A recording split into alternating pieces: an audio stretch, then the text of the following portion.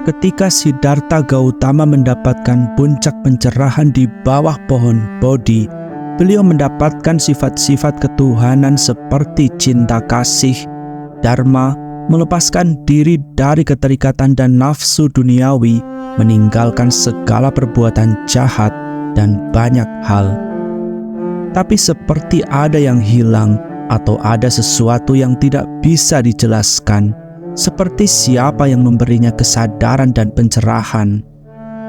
Siddhartha Gautama bukan tidak menyadari keberadaan Tuhan.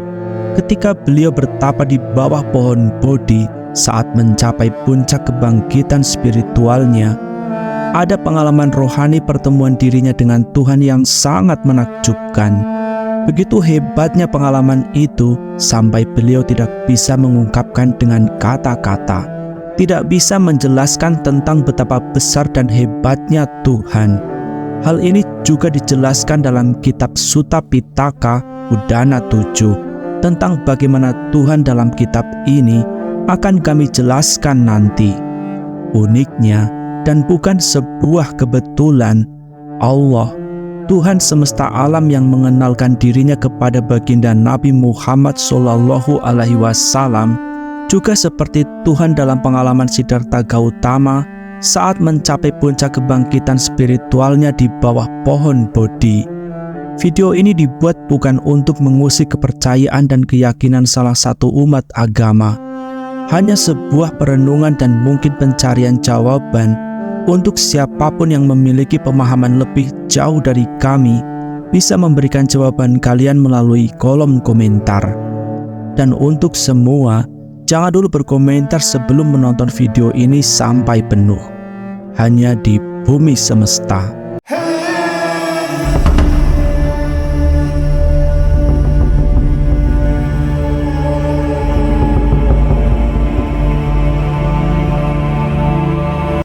Kita mulai dari siapa sebenarnya Siddhartha Gautama.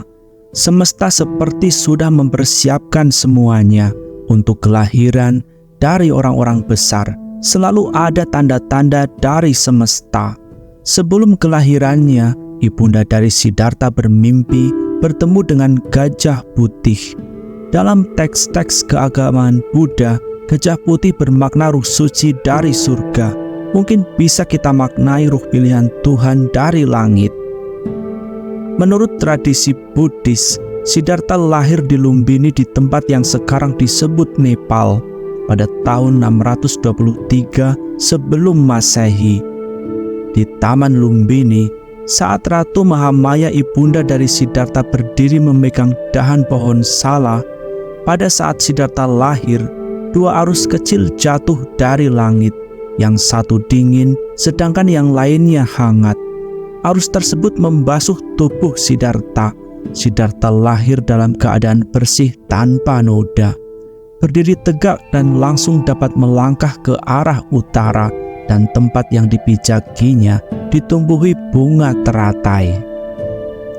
Sejak kecil, Siddhartha tumbuh menjadi anak yang sangat cerdas dan pandai, melampaui kemampuan kewajaran untuk anak usianya.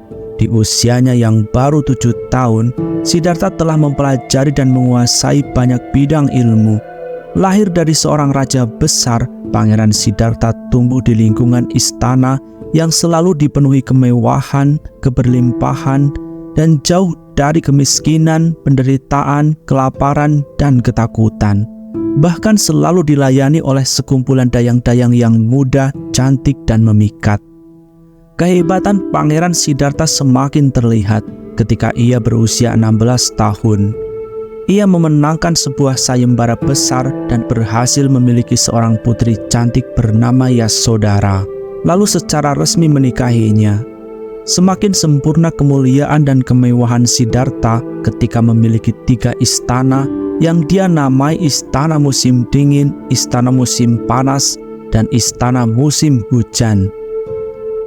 Ayahandanya yang seorang raja besar mencoba sekuat tenaga untuk menjadikan Siddhartha sebagai penerusnya.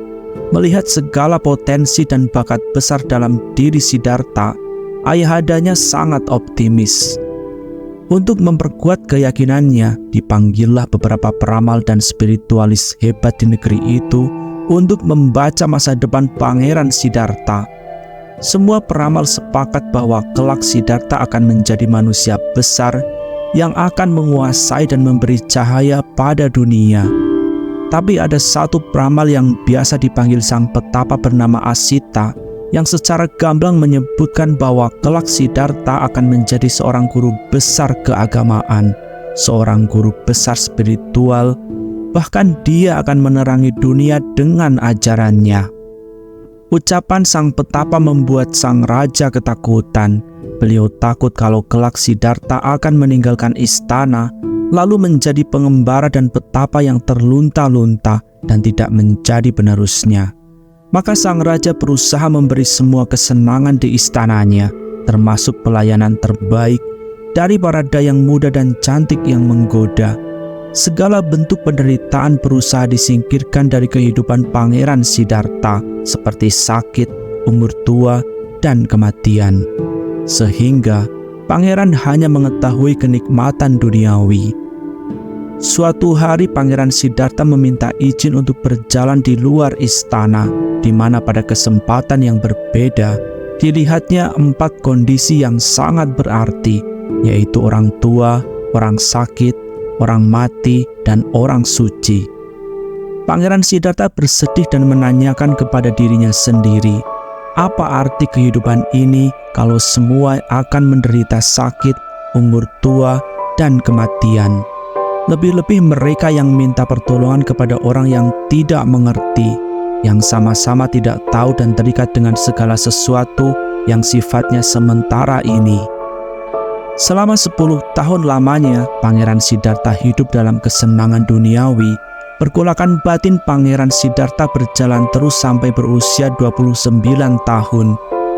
Tepat pada saat putra tunggalnya Rahula lahir, pada suatu malam, Pangeran Siddhartha memutuskan untuk meninggalkan istananya dengan ditemani oleh kusirnya bernama Channa. Tekadnya telah bulat untuk melakukan pelepasan agung dengan menjalani hidup suci sebagai petapa.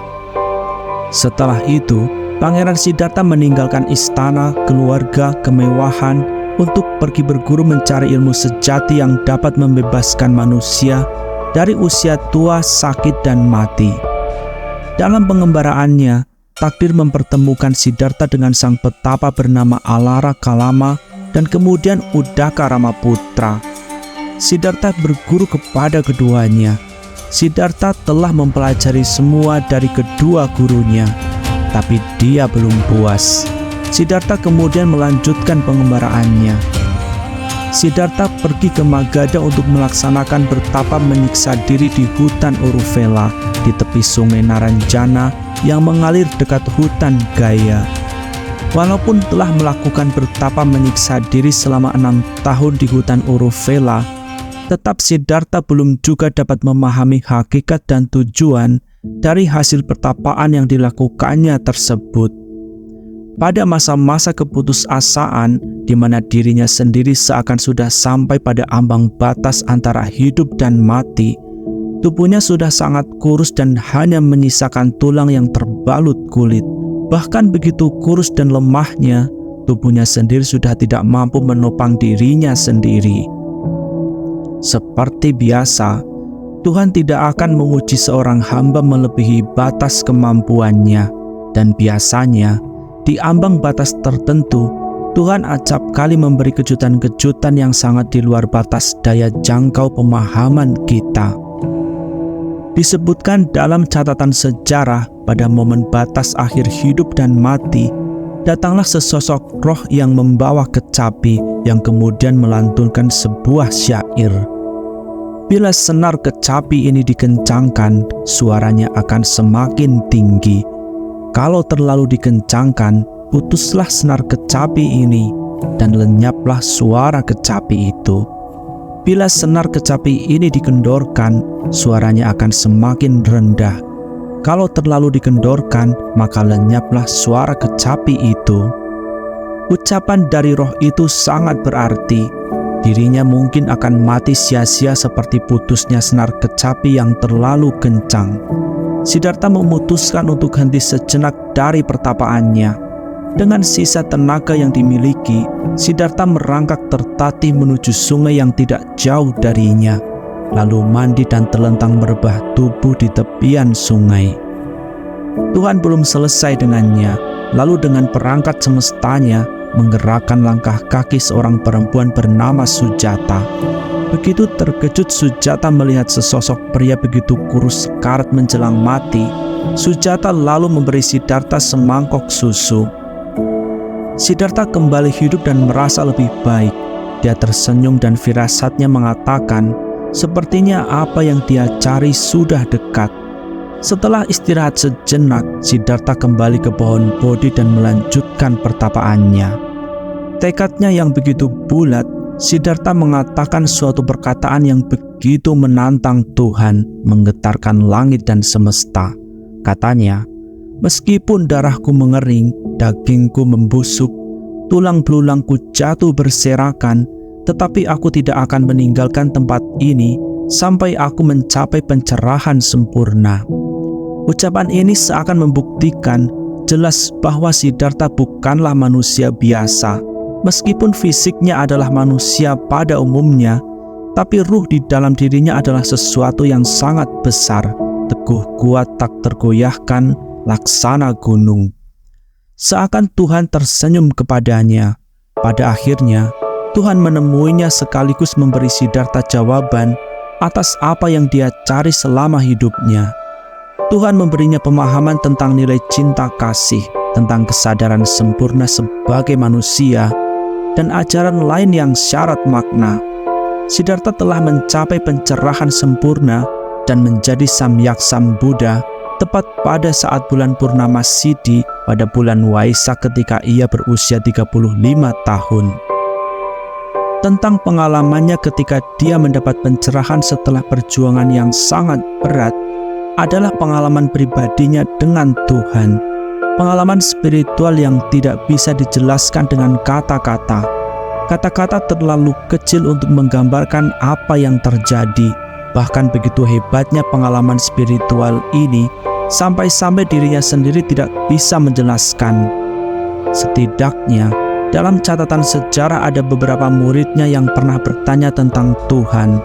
Tapi Siddhartha memilih diam. Siddhartha hanya menjelaskan bagaimana cara hidup yang sesuai dengan nilai-nilai ketuhanan.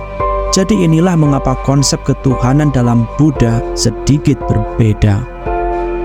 Tapi setidaknya pengalaman Siddhartha terhadap Tuhan ini tertuang dalam kitab Sutta Pitaka Udana 7. Dijelaskan bahwa Tuhan yang Maha Esa dalam bahasa Pali adalah Ati Ajatam Abutam Akatam Asam Katam. Subjek yang dipersepsikan sebagai Tuhan adalah sesuatu yang tidak dilahirkan, tidak dijelmakan, tidak diciptakan, tetapi keadaannya maha mutlak. Kemahaesaannya tanpa aku atau anatta, tidak dapat dipersonifikasikan dan tidak dapat digambarkan dalam bentuk apapun. Keberadaannya tak terkondisi atau asan kata dan berbeda dengan makhluk. Itulah Tuhan yang dikenal oleh Siddhartha Gautama. Tentang bagaimana Siddhartha mengenal Tuhan, tentu beliau dapatkan saat mendapatkan puncak kebangkitan spiritualnya di bawah pohon Bodhi. Dalam ilmu tasawuf dalam teologi Islam, Tuhan tidak bisa dikenali oleh makhluk karena begitu tingginya. Tapi Tuhanlah yang mengenalkan dirinya kepada makhluk, kepada manusia. Uniknya, cara Tuhan mengenalkan diri kepada Siddhartha sama dengan cara Tuhan mengenalkan diri kepada baginda Nabi Muhammad SAW. Dalam teologi Islam, Tuhan mengenalkan diri sebagai Allah yang memiliki nama-nama terbaik. Salah satunya, Tuhan mengenalkan diri sebagai Al-Qudus, yaitu Allah yang maha suci atas segala sifat yang dapat dijangkau oleh indera, diduga oleh prasangka, dihayalkan oleh imajinasi, atau apapun itu yang terlintas dalam benak manusia. Dialah pencipta yang tidak serupa dengan makhluk. Al-Qudus adalah kesucian yang hanya dimiliki Allah, tidak ada zat, sifat, nama, firman, perbuatan yang menyerupainya. Dari sini dapat kita pahami bahwa Tuhan yang memberikan pencerahan kepada Siddhartha adalah Tuhan yang mengenalkan diri sebagai Allah kepada baginda Nabi Muhammad SAW. Hanya ada satu Tuhan di alam semesta ini. Bahkan Tuhan sudah dikenal sejak manusia pertama, sejak peradaban tertua, hanya saja dengan nama yang berbeda. Setelah menonton video ini sampai selesai, bagaimana pendapat Anda? Silahkan tulis di kolom komentar. Dan kami tunggu pencerahan yang paling bijak dari Anda semua. Terima kasih sudah bergabung dalam diskusi ini. Salam damai, salam cinta kasih untuk semua. Sekali lagi, terima kasih.